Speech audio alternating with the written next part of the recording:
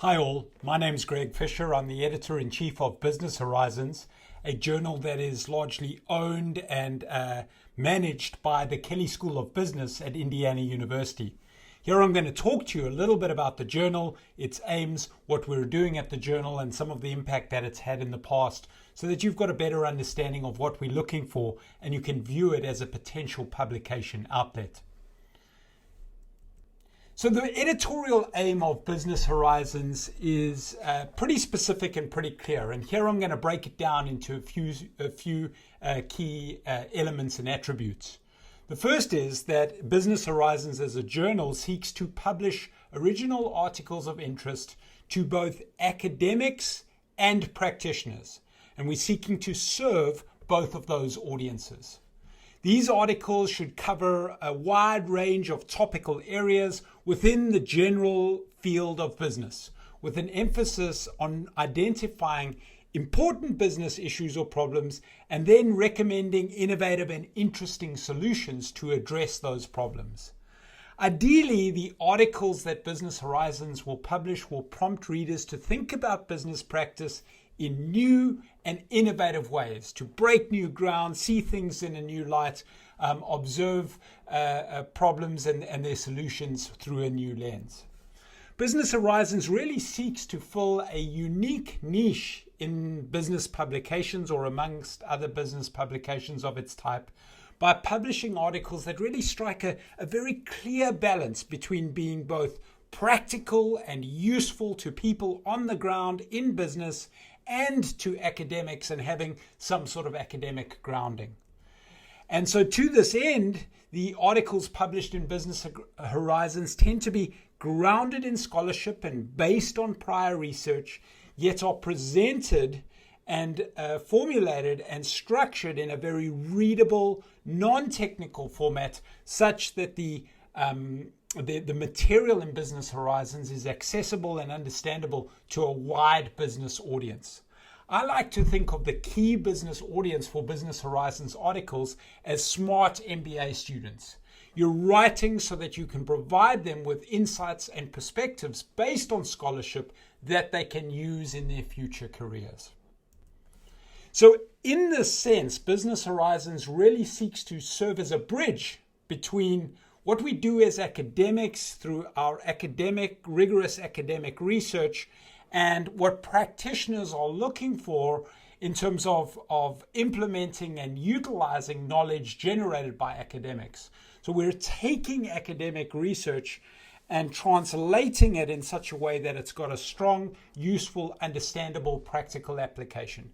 And in this way, Business Horizons serves as an important bridge within the fields within which we operate. We've really got at the journal two different manuscript formats or types. The one, which is the majority of the articles, 70 to 80% of the articles that are published, are what we frame as research articles.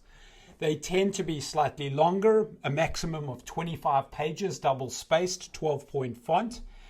They utilize APA referencing, and they tend to be based on others' research or a consolidation of research insights that are then translated and made available in a really practical way.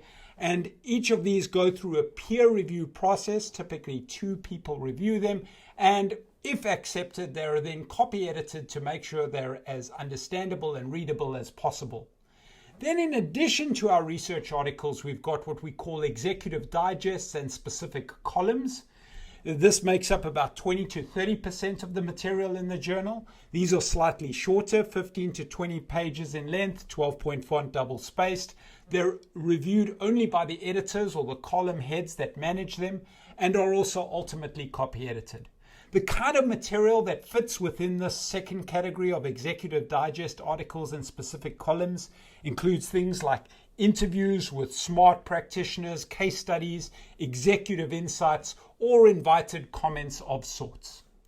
So we're looking for both formats of articles. Most people who tend to be submitting to the journal for the first time will be submitting something in the guise of a research article. But over time, you may recognize opportunities or chances to develop an executive digest or specific column article. What makes up those specific columns that we try and use as a means to diversify our content and to attract certain unique content? Well, the column types that we've got available are one on accounting matters, which is managed by Raquel Alexander; business law and ethics, which is managed by Kelly Eskew and April Sellers; organizational performance, which is managed and overseen by Dave Ketchen; On the Horizon, which sort of looks at the emergence of new technologies, new ideas, new ways of managing, which is managed by Jan Kitzman; and then a marketing and technology column, which is managed by Pierre Bethon and Leyland Pitt. And these are really there as a means to publish often slightly more innovative, slightly more nuanced, and even slightly more different insights in these different domains, and thereby making sure that we're really being quite diverse, quite broad, and reaching out to different stakeholders within the business community. The structure of the journal is been set up over time. It's housed within the Kelley School of Business at Indiana University, but our publisher is Elsevier. And so we've got a team of people within the Kelley School of Business that work on the journal and then pass on the articles to Elsevier to publish and to manage the front end of everything that we do. So we've got a managing editor, Lisa Faye Miller, who's been with the journal for 15 plus years, understands everything that's going on and really takes care of everything we do. She's got a team of people working under her, copy editors, Sarah and Philip. And then we've got an editorial team, which is led by myself, with 4 associate editors: Don Karutko from Indiana University, Leyland Pitt from Simon Fraser, Jan Kitzman from the University of Victoria, and Dan Laufer from Victoria University in New Zealand. And then working with them, we've got a strong and relevant and broad, diverse editorial review board, and we rely on a set of ad hoc reviewers. So when a paper comes in, it goes to the managing editor first.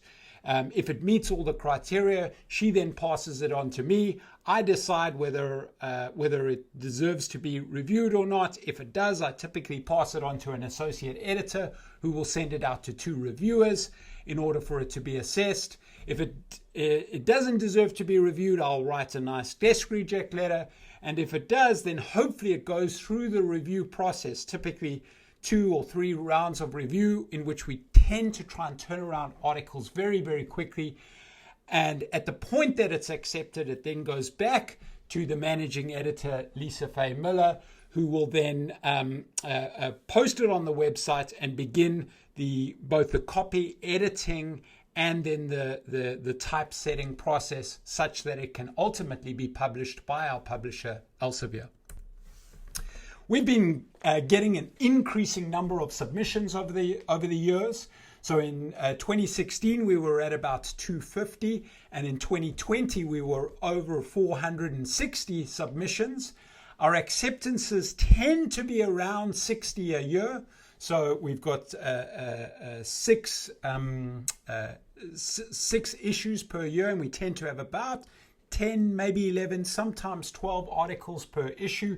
And so our acceptance rate currently sits at about 13%, which means it's not easy to get into Business Horizons, but with the right article and the right framing of that article, there is a strong chance that you can get papers published. Each of those submissions can be and publications can be broken down by topic area. And here you will see that we've got sort of 2 topic areas that are most popular. The one is operations, analytics, and technology, and the other is management and leadership. Then those 2 are closely followed by marketing and entrepreneurship and innovation. And then we also publish a smaller set of accounting and finance and business law and ethics articles within Business Horizons. The Business Horizons impact factor is an interesting story. Impact factors, as you know, are measures of the impact that the articles published in a particular journal have on the community, on the academic and other communities that they speak to. They are, in essence, a measure of how regularly articles are cited. And back in 2016, Business Horizons had an impact factor at somewhere around 2, just over 2. And it was the lowest of this competitive set that we look at, made up of California Management Review, Harvard Business Review, Journal of Business Ethics, and MIT Sloan Management Review. But over the years, that impact factor has been steadily increasing to the point where last year, as you will see over here, the impact factor was up at 6.3 and very, very comparable to our competitive set of California Management Review, Harvard Business Review, and Journal of Business Ethics. So over time, the trajectory of the Business Horizons impact factor is steadily increasing, and this means that the status and the reputation and recognition for the journal is certainly on the up. Another interesting measure of impact is this alternative score called the CITE score, which takes into account a broader swath of references back to journal articles. It includes things like conference papers and other presentations and so on, and extends over a slightly longer period of time than the typical impact factor. And what's very interesting here is that Business Horizons is really doing very, very well when one considers a CITE score. So our 2020 CITE score was 11.3 compared to California Management Review of 8.6, HBR of 2.8, Journal of Business Ethics of 9.0, and MIT Sloan Management Review of 4.6. Now, none of these measures are perfect, and none of them are accounting for everything that a particular journal does.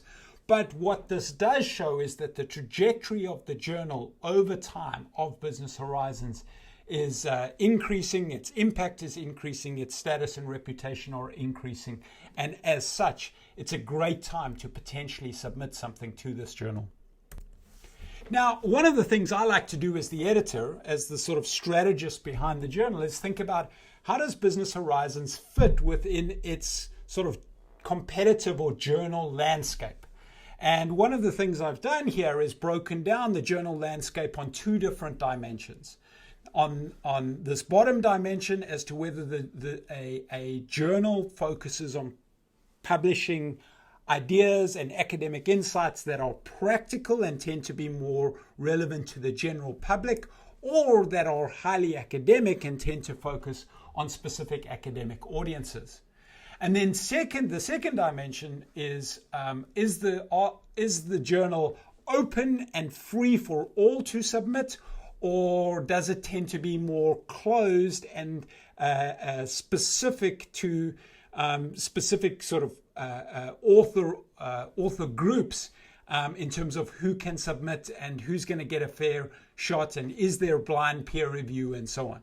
And so as I break it down on these the sort of openness dimension and the sort of practical versus academic dimension, we can sort of understand where different journals fit. So the typical academic journals tend to have this very open, peer-reviewed process where anyone can submit, but they tend to be very, very academic and speaking to academic audiences. And so in my world, things like Academy of Management Journal or Academy of Management Review, Strategic Management Review, Journal of Business Venturing tend to fall into that sort of space. Now, many of these journals are trying to do more to make the insights from the journals more practical, and so they're publishing things like journal insights or management summaries of the academic articles in their journal, pushing them across this continuum a little. But in addition to this, we've got another set of journals that tend to focus on things that are much more practical. And so they fall into this sort of gray area over here, the more practical academic journal articles. And within that space, we've got sort of Harvard Business Review, which I view as a slightly more closed, and you often need to know someone or be affiliated with Harvard or some other quite a high status institution in order to get published there. Sloan Management Review, which is a little more open but highly practical, and California Management Review, which is a little more academic, a few more stronger sort of citation requirements and so on, and tends to be quite open. Now, where does Business Horizons fit? Well, we want to be open to anyone to submit. We've got a very blind peer review process which allows anyone from across the world, no matter what institution you're affiliated with, to submit to the journal and to be pretty practical, comparatively practical to these other journals. So we're serving as this bridge between the practical and the academic with a very open policy and willing to publish articles from anywhere. So that's a little bit of an understanding about where Business Horizons fits as a journal. Now, one of the other things we do is publish special issues. So we've got two interesting upcoming special issues, which may be of interest to some of you. The first is a special issue on managing in an area of falsity. And that's tackling these issues of false news, organizational lying, and media reporting, and so on. And we've got two great guest editors, Colin Campbell and Kirk Planger, to work on this. And they're looking for submissions by January the 10th, 2022. And if you just search on Business Horizons special issues on Google, the call for this will come up. The second special issue we've got coming up is on strategic storytelling. And the guest editors for this are Adam Mills and Thomas Martin Key. And they're looking for articles by March the 1st, 2022. And so great opportunity there if you do any research related to narratives, rhetoric, storytelling related to organizations. You can contribute in a meaningful way through that special issue. So to conclude, I just want to highlight what I think are some key and valuable differentiators of the journal and some reasons why you should at least consider looking at it as a potential publication outlet. First is this idea of practical focus. In order to be a good teacher, in order to be a good consultant, in order to really understand what you're doing as an academic researcher, focusing on why what you're doing is practically relevant and practically important can be very, very valuable. And writing an article about how your research translates practically can be extremely useful for understanding the purpose behind what you're doing and making it relevant to a much broader audience. Second, we really do strive for quick turnarounds. So typically, first decisions are reached within a month to 6 weeks of having submitted. If it goes out for review, if it doesn't go out for review, it's often quicker than that. And from the time of first submission to final decision typically is around 3 months, which means that you can have a decision on your manuscript much quicker than many other journals.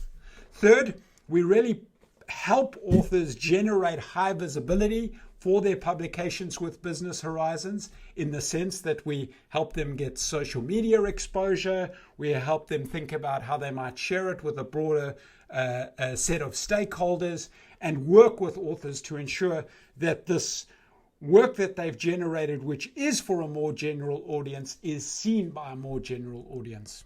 And the final key sort of differentiator to consider is that really the journal is on an upward trajectory with rising status and impact. And so if you want to get in with a journal that's going to continue to be seen in a more highly reputable and legitimate light, then now's a great time to be submitting to this journal. So with that, I thank you for listening to what I've had to share about Business Horizons, and I look forward to interacting with any of you at the Meet the Editors session as part of your consortia. Thank you very much.